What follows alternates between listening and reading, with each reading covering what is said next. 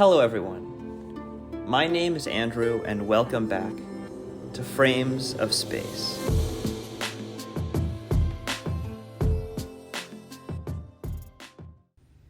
Now today's guest is Noah Smith. Noah Smith is a pretty well-known and well-regarded economist who writes the Substack Noahpinion and also helps co-host the podcast Econ 102. And he is known for giving his takes on many economic issues like inflation, or how economics ties into foreign policy, or deficit spending, and much, much more. Now, I brought him on to today's episode so that he would be the very first guest of mine in the aftermath of the 2024 election. And if nothing else, I do think that the results of the 2024 election show that we are headed into uncharted territory.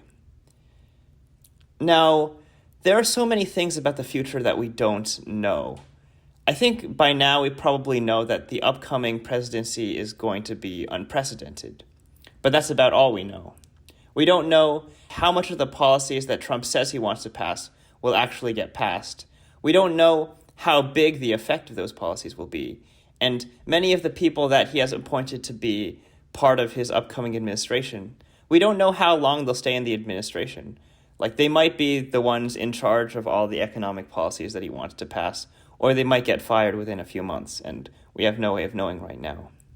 So in today's episode, we start out with a little bit of a discussion where we try to talk about potential reasons for why Trump won the 2024 election and why Democrats lost. For example, how much of the Democrats' loss in 2024 was a product of bread and butter economic issues like inflation, and how much of it was a backlash to the excesses of the social justice movement, or wokeness, as some people might call it.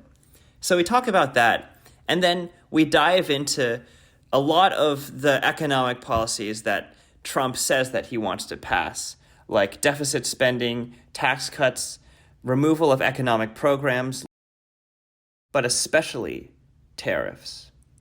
Now, tariffs are one of the main policies that Trump has very vocally said that he wants to support. In fact, he wants to have tariffs that are as high as 60 or even 100% on all Chinese imports, and 10 or even 20% tariffs on literally all other imports, which is completely unprecedented and very much unlike anything we've seen when it comes to trade practices from the U.S., at least within our lifetimes. So I think it'll be very interesting. So Noah goes through a lot of his own take about how he thinks that those tariffs will affect the economy. Hope you enjoy.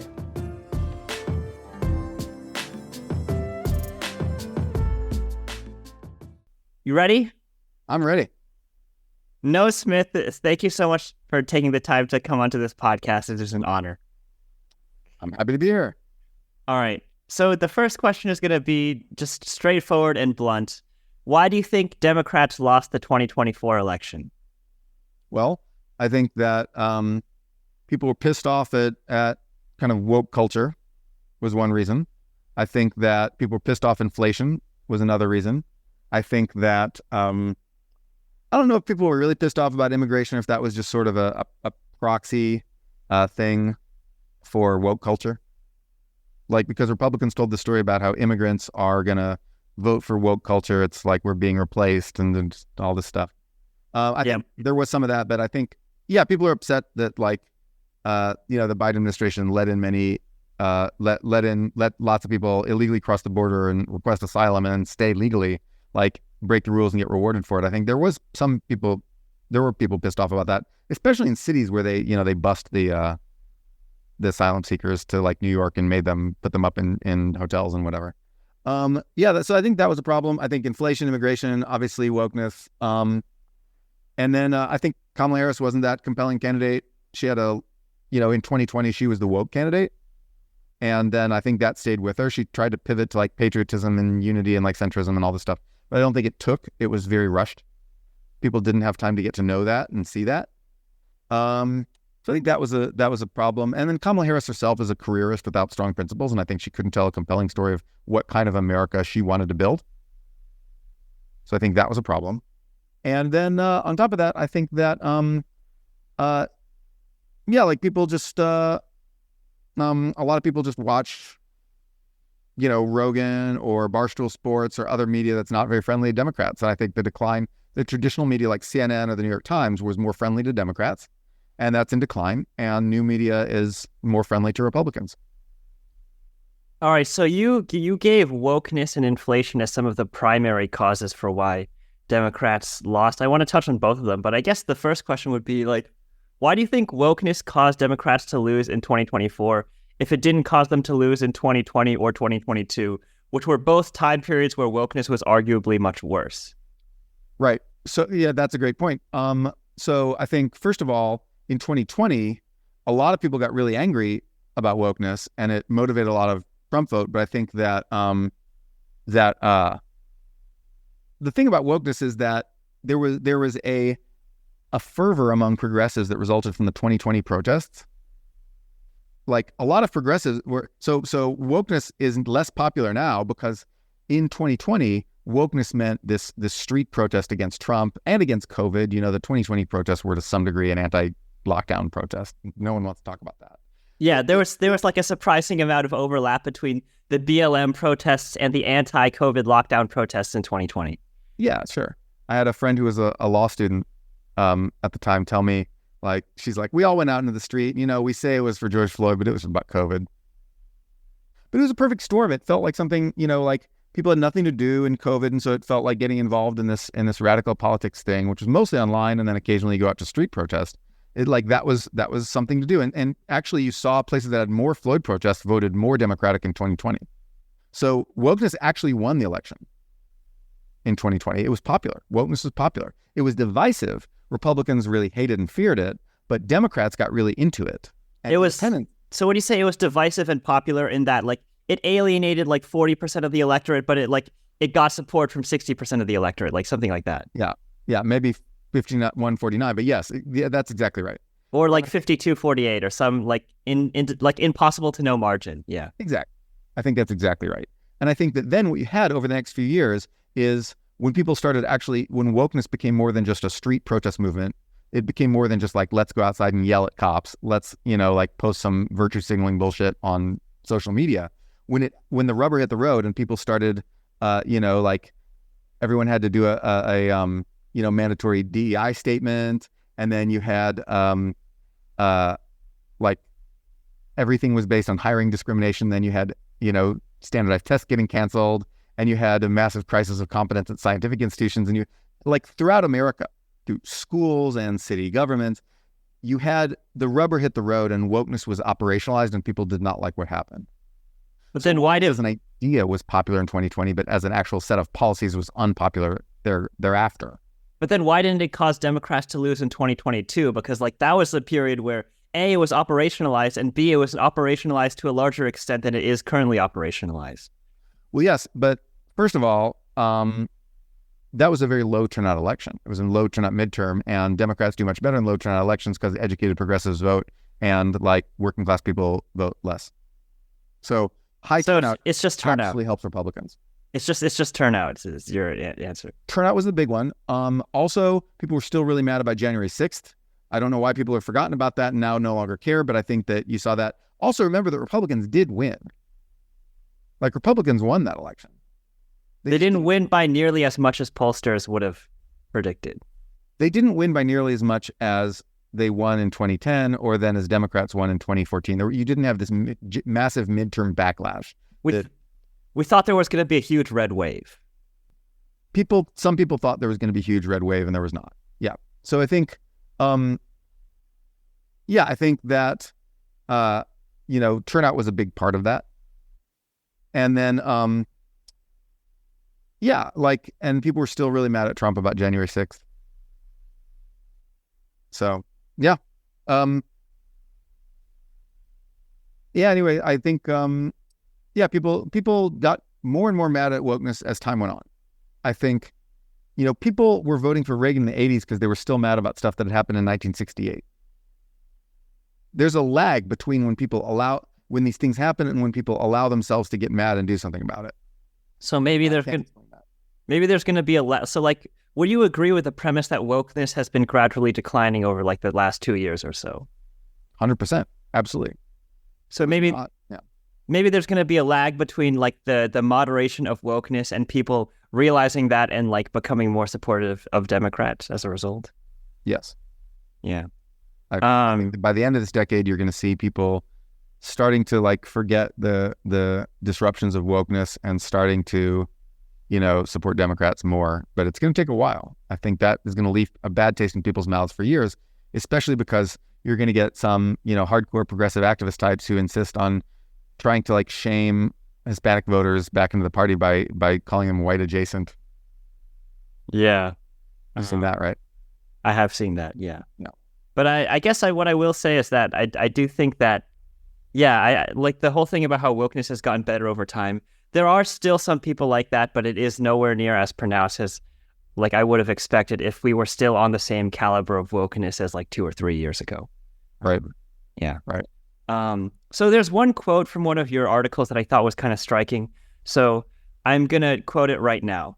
Quote, "So what other important lessons can we learn from this disappointing election result?" I didn't title this post "Why Trump Won" because I don't think I really have a convincing answer.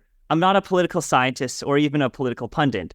In fact, there are probably a bunch of reasons, not just one. Nor am I going to be one of those pundits who tells you that if only Democrats listened to my policy priorities, things would have gone very differently. In fact, very few Americans care about my own policy priorities, end quote. So I guess that provides a neat segue. What are your own policy priorities?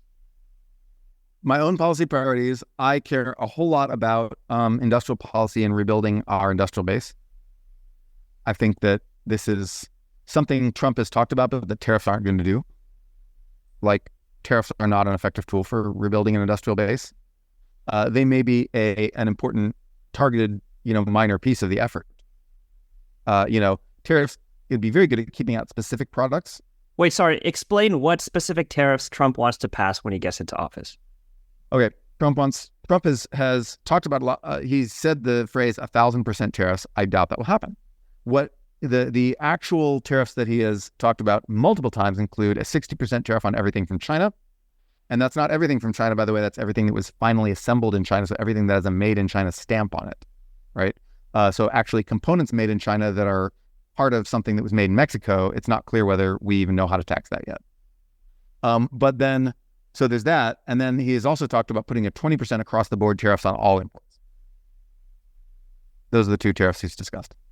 Yeah. So what do you think about the merits of his unusually high tariffs on China, as well as his moderate tariffs across the board? So like, let's put aside like the effect that it'll have on him politically. Let's talk about the merits of what you think those two, like how much you support them on the merits. Right. So the first thing we need to understand about tariffs is that if you do across the board tariffs on everything, what happens is that your exchange rate goes up, which partially cancels out the effect of the tariffs. Could you explain why the exchange rate goes up? I will. So the price of a dollar relative to the price of a Chinese yuan is determined in the swap market, the currency swap market. So I take some dollars, I say, here, I'll give you this many dollars for this many yuan. You've done it when you travel to any foreign country. You swap your currency at the little desk. Well, that's how we trade. So you need yuan to buy Chinese goods and Chinese bonds, and you need dollars to buy American goods and American bonds. So the relative demand for the yuan and the dollar determines the price of the swap price of the two, which is the exchange rate. So if we buy less from China because of tariffs, or if tariffs make Chinese stuff more expensive, the demand for yuan goes down because you need yuan to buy those things. So the demand for the yuan goes down because we're not buying as much stuff. What happens then? The yuan gets cheaper, which makes the stuff more attractive to buy, which means it partially offsets. So it's like, oh, well, we don't need the stuff anymore. Let's not get yuan. And then the yuan's cheap. It's like, oh, actually, we will take the stuff at a bargain. A simple way of explaining this is to say it's a lot easier for our economic system to keep trading exactly the same physical goods, but have a different price between currencies than it is to completely change how we buy physical goods, but have the same price for currencies. Does that make sense? Yeah, it's like there's like there are knobs that like you're adjusting, or it's like you're tuning an instrument and you're like fine tuning by like moving the knobs in one direction or another. Did you ever do physics? Yes. Do you remember Lenz's law? No. Lenz's law is like you send a current through the solenoid or whatever, and then that induces a field in the opposite direction that pushes back on your original field that induced the current. So it damps it out. So that's what this is like. It's a damping mechanism, and because it's exchange rates can really easily adjust. There's not a lot of stickiness to exchange rates. It's very easy for the dollar to go up. Are you more sympathetic to like the tariffs that Trump wants to impose for Chinese imports? Are you more sympathetic towards them than the average like mainstream economist? The average mainstream economist, sure. The average mainstream human, no. Yeah. So like what? They will be much less effectual than people think. I think they're far less powerful than Trump and his trade representative Lighthizer believe. So you think that the average mainstream economist, they would think that like the Trump tariffs on China would just be like universally bad, whereas you think that they would just be like, they would be okay, but like have a negligible effect. Is that what do you say that's a distinction? They will have a significant effect. The main effect will be to have us buy a lot of our stuff from Vietnam, Mexico, India, and places that have Chinese components in them. Okay. Over time, that will be very good for those countries, Vietnam, Mexico, and India. Because we saw with China that in 2003, China was doing the final assembly for components made in Korea and Taiwan and America and Japan. China was doing final assembly on those components, right? It was you'd make your chip and your screen and your blah, blah, blah in Japan, Korea, in America, and then you'd ship all those things to China, and then some like factory girls, from the farm would come to like Guangzhou and just like slap it all together in a plastic box, ship it, and it would say made in China on it, but all the value inside was from not China, right? That's how it started. That's how Chinese manufacturing really started. And then over time, Chinese manufacturers climbed up the value chain. They learned how to make the components. They learned how to do the design. They learned how to do all the stuff. They started with the assembly and they learned how to do the other stuff, and they got more and more money, where now you see companies like Huawei or BYD doing like the whole stack, and so that's something they learned. Indian companies will learn how to do that. Vietnamese companies will learn how to do that. So pushing, our tariffs on China, pushing stuff from, like made in China to like made in Vietnam with Chinese components inside, actually is going to be great for the third countries. It's not going to do a hell of a lot for us. So it'll help adjacent countries. Do you think it'll hurt China? In the long run, it will hurt China no more than just natural evolution of cost structures would. Like in the long run, China will, in the long run, China having like full stack manufacturing for every single thing is not tenable. Like you can't really do that. And a lot of the projections you see of China being half of world manufacturing in 10 years are based on the idea that China will manufacture every single thing in-house. And they won't. It won't be economical to do that. Yeah. And so tariffs help that process along. It'll help China to realize that like you can't actually be the make everything country. You have to be the make. They'll make a lot of stuff. They'll be the biggest manufacturer and they'll make a lot of high value stuff. But then, like you can't do absolutely everything. Like India and Vietnam and these people, like it, economics says they should do some manufacturing too. And tariffs might cancel out some Chinese, industrial policies meant to like, so China's industrial policies under Xi Jinping, a lot of it is the idea that we're going to do full stack manufacturing within country so that we can be hardened against a war, right? That's why they do that. And so our tariffs will counteract that. Will push BYD to do assembly in, Vietnam or India or whatever. We'll push Huawei, we'll push these companies to do to supply chain, to break up their supply chains and push some of their manufacturing to these third countries, which will act against Xi Jinping's industrial. So our tariffs and Xi Jinping's giant industrial subsidies will like butt heads, and the beneficiary will be India and Vietnam. Yeah. And then like between the US and China, like we are not significantly helped or significantly harmed. Is that what you're saying? I think so, yeah. Yeah. All right. So that's what you think about his incredibly high proposed tariffs on Chinese imports. What do you think of his across the board tariffs? They're very stupid because American manufacturing needs, we also supply chain, right? We import components and materials and important stuff. So like if you're supply chain as in like we contribute to the production processes for these specific items. Right, exactly right. So for example, I'll give you an example. Suppose you want to make a refrigerator in the United States. That will take some steel, right? You need specialized piece of steel that can handle cold, that's in a certain shape, that, you know, can resist wear and corrosion from moisture over a certain amount of time. You need steel stuff for a refrigerator. And where do you get that stuff? So you can get it from an American mill. We have steel mills in America. We have like Nucor mini mills. We have electric arc furnaces that make steel out of scrap. And those are small. They make very good steel, but they're a small batch, right? They're small.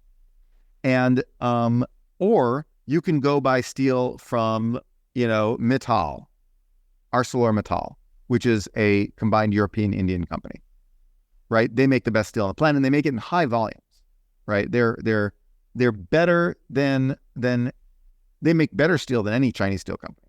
They make the best steel in the world, and they can make lots of it. And so you can buy it from there. So now we put a 20% tariff on that.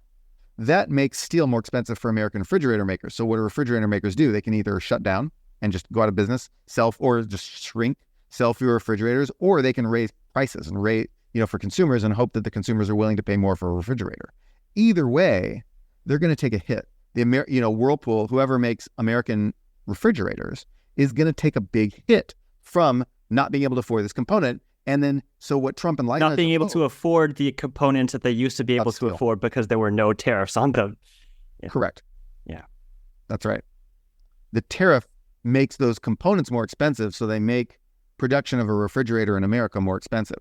Now, what Trump and Lighthizer hope is that U.S. steel producers will sort of like enjoy this giant renaissance, and that Whirlpool will be able, whoever makes American manufacturers will be able to buy. Is that the biggest American washing machine manufacturer now, or refrigerator manufacturer? I don't know what the biggest. I'm going to find out because I have the internet with me. Yeah. Whirlpool, yes, it is. Haha, I know who makes. And then, yeah. So Whirlpool is going to be hurt by this because they won't be able to buy steel from overseas. And, Trump and his people hope that U.S. steel industries will be helped because suddenly Whirlpool will have to buy from them. We have experience with this kind of thing. Bush did steel tariffs and Trump did tariffs on steel and aluminum in his first term.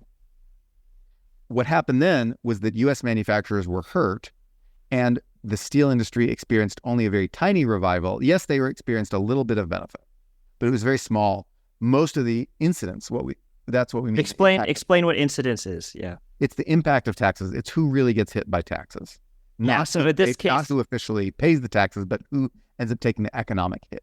Yeah. Who is the most hurt by like the tariffs that Trump wants to enact more of? Right. Yeah. And U.S. manufacturers get really hurt. Yeah. Because they can't afford those components. You know who can afford to buy steel from overseas if they feel like? Chinese manufacturers, Vietnamese manufacturers, Mexican manufacturers, all these people. So this really weakens the impact of the tariffs because now Whirlpool has to compete with Haier, who can get cheap steel, and Whirlpool can no longer get cheap steel.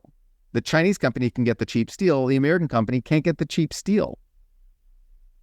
And so that puts us at a competitive disadvantage, which is, completely erodes the impact of the tariffs and might even fully cancel it out. Yeah.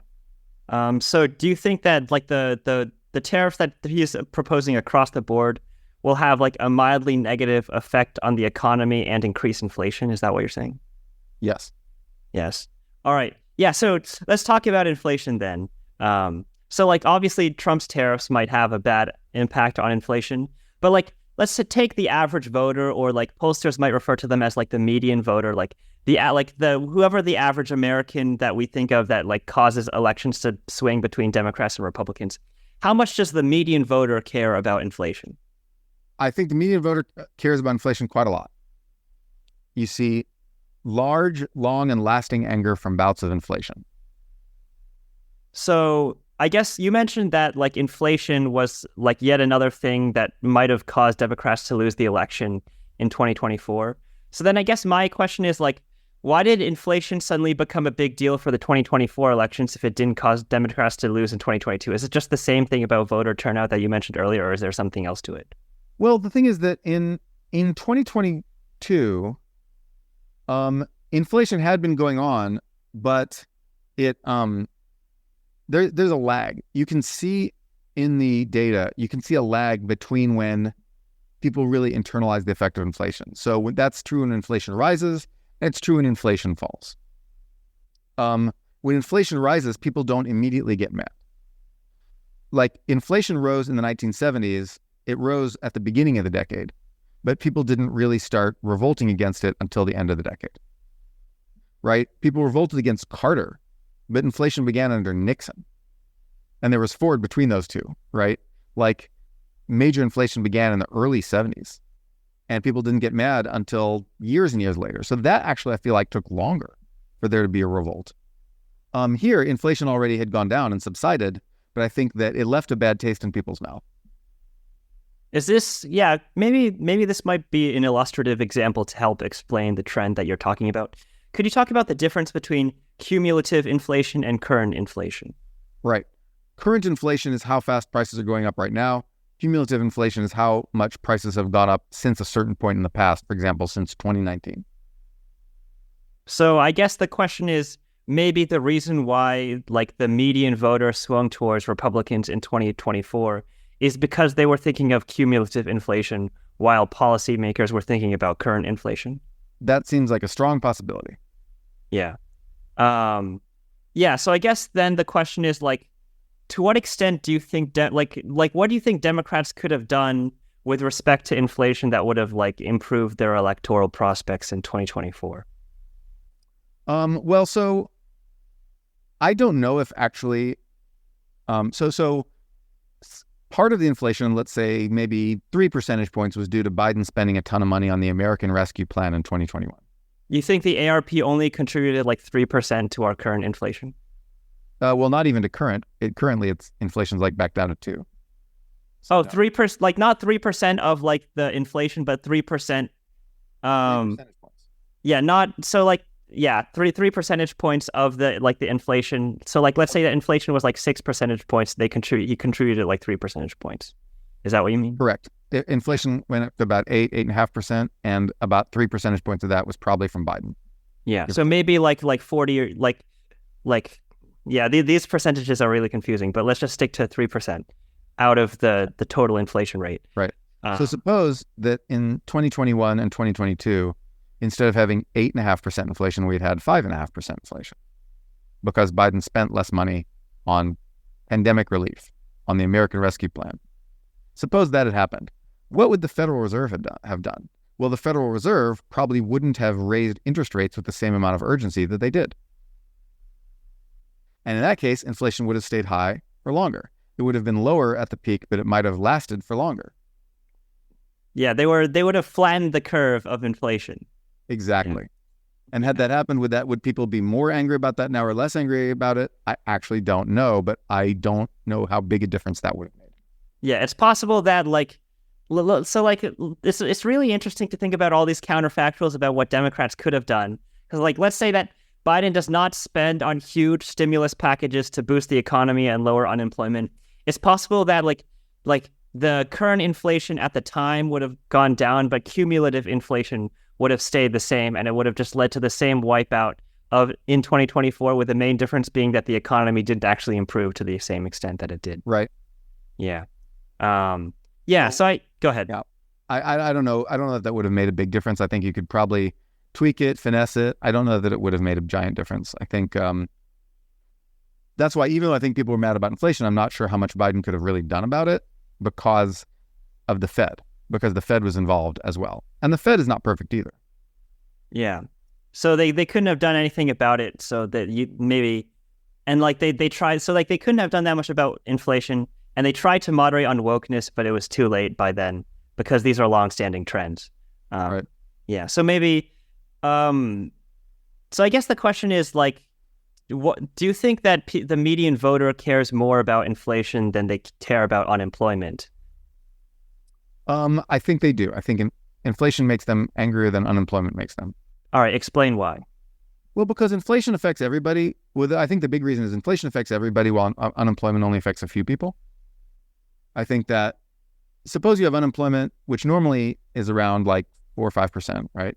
And suppose unemployment goes to 10%, which is a huge, huge, huge recession, right? You just kicked 5% of Americans out of work. 5% doesn't even get you close to the median, right? Now, that does have some second order ramifications for the median, because once you have that pool of unemployed workers, they hold down wages because they exert more competition, and then other people are scared of getting laid off, like there's risk. A time of high unemployment is not fun, right? People don't like a recession. People don't want like a small risk of getting laid off. They don't want a small risk of getting laid off. And, businesses make less income, stocks go down. Like, recessions are not fun, all right? But inflation hits everybody at the same time. Inflation, and in fact, the current inflation, inflation, it hits everybody. Rich people's wages went down more in the current inflation, but poor people's prices went up more proportionally to their income. So everybody got hurt. And when everybody gets hurt, that's the median, right? You've hit everybody. So inflation broadly distributes the harm, while employment is a highly concentrated catastrophe that happens to a few people, right? It's like, imagine if, 5 people got shot versus, 1,000 people getting like their pinky finger chopped off. Like, I don't know ethically which of those would be worse, but certainly, maybe ethically speaking, you'd be willing to chop off 1,000 people's pinky fingers to save 5 lives. I don't know. That's for the EAs to figure out, the spectrovoltists to figure out. But I will say that the number of people who get pissed off is going to be higher if you chop everyone's pinky off, right? And so, don't worry, none of us in the Yakuza, so we're not going to get our pinky chopped off. So, social welfare function. When economists think about social welfare, they think about the worst off people, and they think about concentrated harms, right? They think it's possible to harm one person so much that it outweighs a small harm to a bunch of people. But elections don't work like that. It's one person, one vote. So in elections, the key to winning elections is to piss off a smaller number of people. Yeah. Right? This is the same thing that we said about like how like in 2020 wokeness was polarizing, but it was polarizing in a way that was net electorally beneficial. It was like 52-48 or 51-49 in terms of like it's that sort of thing. Yes. Yeah. So do you think there's any sort of counterfactual about what we think that Democrats could have done with respect to inflation or unemployment, or do you think it's just hard to know at this point? I think it's the Fed should have raised interest rates sooner. But that's on Powell. And he eventually got it right, but it took too long. So I think the Fed probably made more mistakes than Biden should have spent less in the ARP. Like, those healthcare subsidies didn't increase employment much. Yeah. Student loan cancellation didn't increase employment. You shouldn't have done those things. Yeah. Just don't. But they're very beholden to progressive interests. Yeah. So you think those were the main mistakes, and apart from that, you think that they handled inflation and unemployment reasonably well given the circumstances? Yes. Yeah. So you don't have a strong you don't think that they could have done better on messaging or anything like that? Right. Yeah. All right. So I guess we talked a little bit about inflation and unemployment as it relates to the Biden administration. What do you think is going to be like the main effect that the Trump administration will have on inflation and unemployment? Predicting macroeconomy is really hard, but especially because I don't actually know what Trump's going to really do. Trump talks a lot of shit, and then there's all these people like Republicans trying to restrain him. He was going to do another big round of tariffs on China, and then he canceled it because we made a deal with China, but they didn't actually do anything. He was scared that the impact on the economy would be bad. So I don't actually know what he's going to do. Tariffs are inflationary. They raise prices for things, but yet a lot depends on what the Fed does. Will the Fed, raise interest rates to counter that, or will the Fed lower interest rates to accommodate it? Will Trump, Elon has promised big deficit spending, big deficit reduction. Elon has promised harshness and pain, we're going to kill the deficit, while Trump is very pro-deficits. Trump has promised tax cuts to the moon, deficits to the moon. Trump and Elon have promised opposite things. Who's going to win that? I don't know. Trump's a very old man. Elon's a very dynamic, powerful guy. We'll see who wins. So I don't actually know what those guys are going to do in office. And so that's the first big source of uncertainty. The second big source of uncertainty is I don't know what other macroeconomic stuff is going to happen at the same time, right? Like there's always shocks, which we call them shocks. Like there's other stuff that happens. Like the pandemic was a shock. Like that sort of pandemic was a shock. I don't know what underlying inflationary pressure is going to be. Some stuff depends on China's actions. Let's see, could be a war. There could be a lot of stuff. So I think although Trump's, I can say tariffs are inflationary, but that doesn't really tell me, that doesn't allow me to make a forecast. Yeah, because it's possible that it'll have a mildly bad effect on inflation, and it might also have a catastrophically bad effect on inflation, and we don't know which one it'll be. We don't know. Yeah. It depends on a lot of stuff. It depends on what they do. It depends on, and then the third source of uncertainty is we actually don't know how any of this really works. We have general ideas of the vague direction which it probably pushes, but we can't calculate this amount of tariffs will raise inflation by this much. We can't tell you that.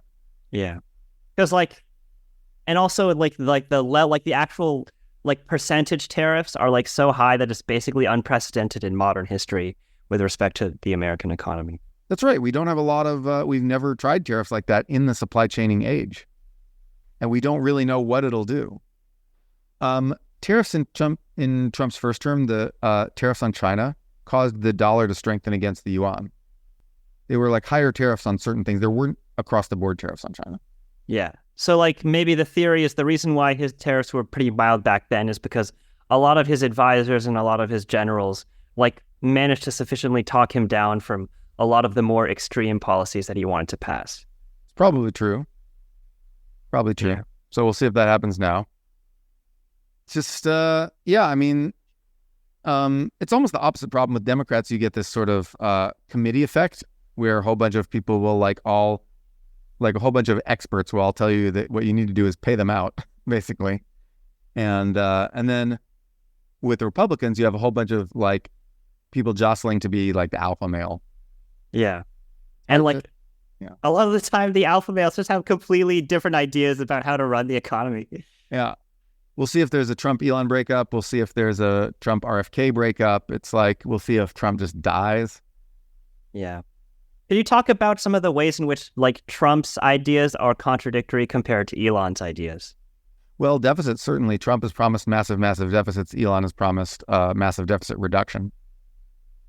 All right. So, what are the ways in which Trump's ideas with regards to the deficit would be bad, and what are some ways in which Elon's ideas with regards to the deficit would be bad, and how are they different? Would be bad?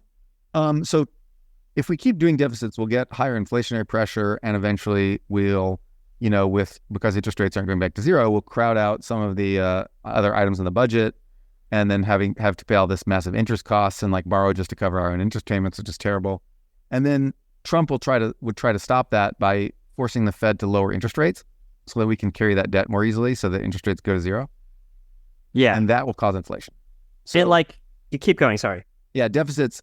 If Trump got his macroeconomic wishes, it would be very inflationary. More inflationary than just tariffs by far. Now, if Elon got his wishes, we'd have a recession. And it would be a short-term recession from massive government spending cuts. It'd be a short-term recession. Then we'd be back to normal, minus a lot of our government services. So depending on how much people care about that, Republicans have shifted. They used to want to cut all these New Deal programs, Medicare, whatever, Social Security. Now they don't. So now they say we're going to save this. Elon doesn't want to care about saving that stuff. He wants to cut it. But if he actually succeeded, people would just get mad. And then we'd have a temporary recession. And then we'd balance the budget, and after that, we'd probably be fine. But it would be short-term pain, whereas Trump's thing would be more long-term pain. So maybe Trump's negative effect would be that he would contribute to the deficit, he would make our debt problem a lot worse. And that would be it would be like a constant drag on economic performance, and then as a result, he would try to compensate that by forcing the Fed to do stuff that would massively spike inflation. Yeah. So Trump would so if Trump got his wishes, what would happen is inflation would rise because deficits would rise. Deficits are inflationary. And in order to carry the deficit, in order to fund those deficits cheaply, you need the government to be able to borrow money very cheaply. Who controls the rate at which the government can borrow money? The Fed. How do they do it? By controlling interest rates. How do they allow the government to borrow cheaply? They lower interest rates to zero. What else happens if you lower interest rates to zero? Inflation. So Trump's preferred policy path would be very inflationary. More inflationary than just tariffs, although tariffs would contribute and help and kind of help kick it off. But yes, so Musk's plan would be the exact opposite. It would balance the budget. It would reduce inflationary pressures by a lot. But at the same time, it would cause a recession because it would be very sudden and disruptive. Yeah, and it would also be bad for a lot of working class people that rely on like spending programs like Medicaid and Social Security. 100%. Yeah. So like they're both bad, but they're bad in like uniquely different ways that sort of they would be contradictory if they both tried to do them. Right. Yeah. Exactly. Okay, so do you support? Go ahead. I think the best move is a middle path, more toward the Elon side than the Trump side, but not all the way toward what Elon would like to do maximally because it's too disruptive. But I think, going 50% toward Elon or 30% toward Elon relative to the midpoint between Elon and Trump is what we should do. Yeah. So like you would foresee the least bad scenario to be like closer to Elon in terms of like cutting certain program, like cutting programs. I personally think is not that great, but like maybe doing a little bit of that, or like flattening Social Security a little bit, which is what Dylan Matthews would prefer to do, in order to help deal with deficit spending, as opposed to like what Trump would do, which would just like massively spike inflation. Right. Trump's is worse than Elon's. Yeah. But So Elon goes too far, is too dramatic. yeah. Do you foresee like a possible like worse, like, so obviously we're essentially dealing with like something that's almost as bad as the fog of war in terms of like the second Trump presidency is just going to be like completely unprecedented. Like regardless of how good it is, it's just going to be unlike any other presidency that we've seen in our lifetime. So it's very hard to tell, like, as you mentioned, it's very hard to tell how things will be.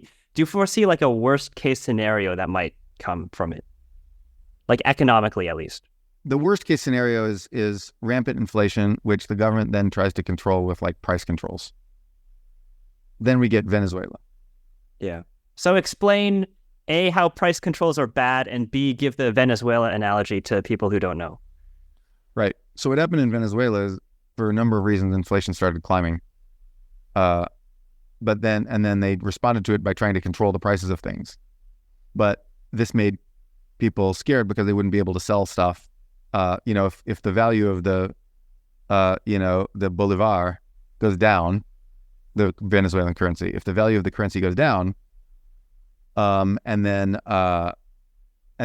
you can't sell anything for a higher price, then you go out of business. And so it made people withhold stuff, keep it off the shelves, and that drove up prices even more. So price controls ended up exacerbating inflation instead of tamping it down. Yeah. So like that, keep going, sorry. Yeah, no, so price controls don't always do that. You can have some minor price controls that don't end up doing that, and they have very little effect, actually. But then once your price controls get big and they make everyone panic and start hoarding, then you can actually drive up inflation. Yeah. So that happened in Venezuela, and then the country basically just collapsed. Yeah, which is like the worst plausible scenario for how Trump could like affect the economy. Yes, that's right. Yeah. Barring some like extreme tail risks like nuclear war, which exactly. Yeah. That's right. Inflation is the bigger danger. Yeah. And that's why I hope Elon's pro-austerity push actually materializes and is a check on Trump's push for infinite deficits. Yeah, because like it's bad, but it's not as bad as what Trump has in That's right. That's right. Yeah. Could you talk a little bit more about the tax cuts on the rich that Trump wants to pass? Well, he wants to pass tax cuts on the rich.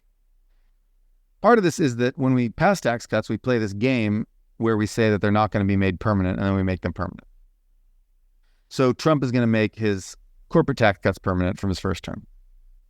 In addition, there's a bunch of other tax cuts for the rich that he's promised. Which ones he actually does is anybody's guess. But he definitely wants to cut taxes on the rich. If Elon gets to balance that out somewhat with spending cuts, there'll be cuts to spending on the poor. Medicaid will be on the chopping block. I think that basically Republicans have decided keep Medicare, kill Medicaid.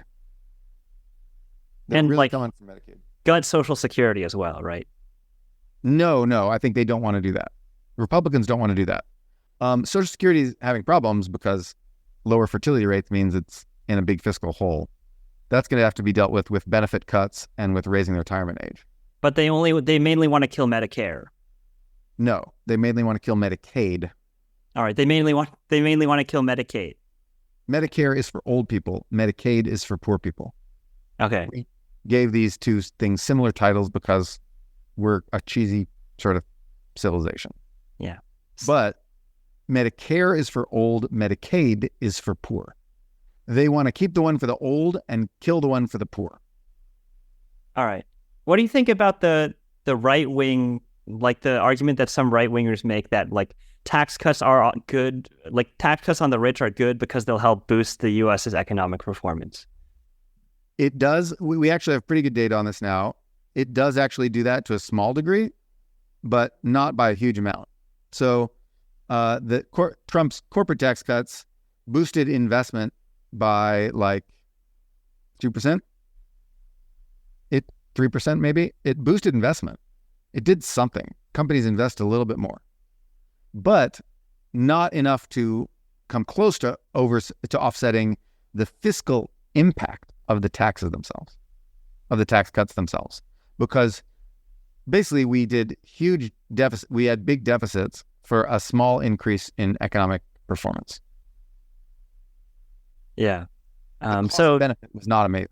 Yeah. So like there's a small benefit that's offset by the fact that the government is losing revenue because they can't like get that revenue from taxing like the like rich slightly more than they would have been able to otherwise.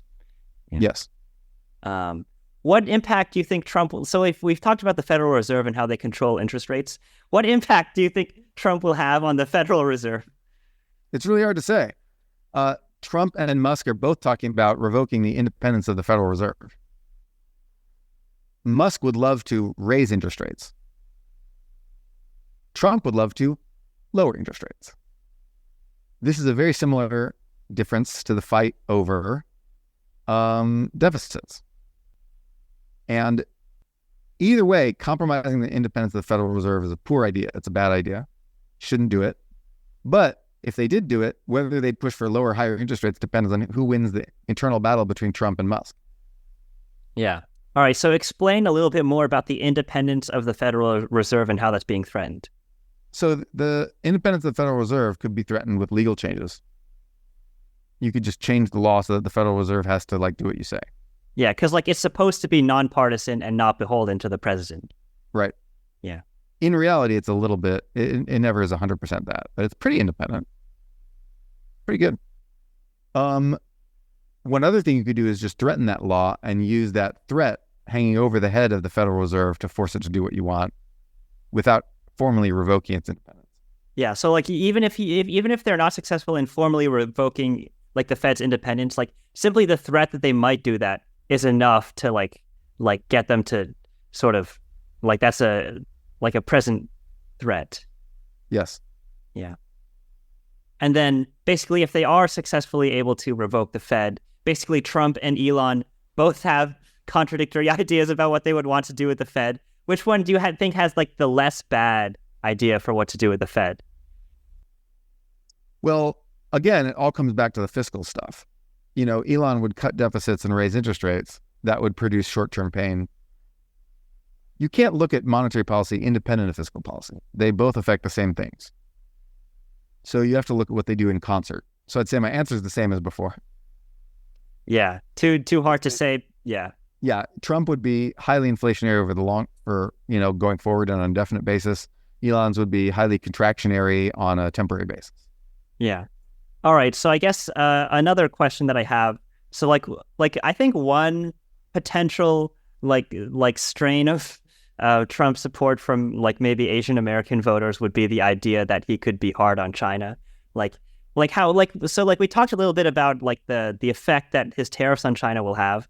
Like, what do you think his policy? So, like, obviously, this is another thing that is like incredibly hard to tell because of how unprecedented a lot of the incoming administration will be. But like, just give your best guess. What impact do you think Trump will have when it comes to like foreign policy towards China?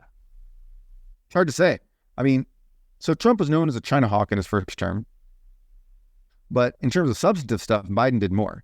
Trump really shifted our consensus away from accommodating China toward confronting China. Biden did more substantive stuff to actually effectively confront China. Trump has recently promised to kill the they call it a TikTok ban, but really it's just a bill that makes you TikTok sell, so it's doesn't have Chinese ownership. But Trump has promised to kill this after one of the TikTok investors sort of gave him a bunch of money. So Interestingly, Trump's cred, his street cred as a tough on China, hawkish guy, may give him the political leeway to completely sell out American interests to China. Yeah, well, like he might continue using rhetoric that is hard on China while basically being a sellout. Correct. Yeah. Yeah. Do you have any other advice about like what Democrats could do? Like with regards to when Trump becomes president, like, do you have any advice about how they should react and what they should do in the wake of like bad Republican policies? I mean, the point is that American politics is a pendulum that swings back and forth because everybody makes mistakes and people always get tired of the mistakes that the incumbent party makes and eventually want to kick them out. We haven't had the same party win 3 terms in a row for since Reagan Bush, right? And before that, we didn't have it since FDR. It's only happened once in the last century, basically. Almost. Once in the last 80 years, let's say. And before that happened all the time because the Democrats were completely disempowered after the Civil War, but that was unusual. So there was an era of Republican dominance for about 40 years where they won almost all the time. But typically the pendulum swings back and forth. And the pendulum will swing. People will get tired of what this administration does. They will fuck up. They will make mistakes. They don't have the best, most competent people. I know they're trying to improve that. They're trying to get more competent people, but it's going to be an uphill battle for them. And the influence of people like RFK, who are just totally incompetent wackos, will be there. The Trump coalition is a coalition of cranks and weirdos and, just not the best people. Which is a huge difference from the first term when there were still a lot of establishment Republicans supporting Trump. Right. Yeah. And they're trying to bring in more establishment Republicans. In fact, that's what Project 2025 is about. It's about recruiting Republicans for the civil service. So it's about addressing Republicans' talent deficit. But at the very top, in terms of Trump and his advisors, it's just a 3-ring circus. Yeah, like Elon Musk and RFK. Yeah, I mean, Elon Musk has talent, but he doesn't really understand anything about policy. And it's not clear how much influence he'll have. Trump could just fire him. Or Trump could die tomorrow and then Elon will rule through Vance, Yeah. So it's hard to say what'll happen. But I just think that people are going to get pissed off. They're going to make mistakes. Democrats will capitalize on those mistakes. It's important for Democrats to purge the unattractive parts of their ideology and of their rhetoric and double down on the attractive parts of their ideology and their rhetoric, so that when Trump and his people inevitably screw up and give them an opening, they're ready to take advantage of that opening. Final question.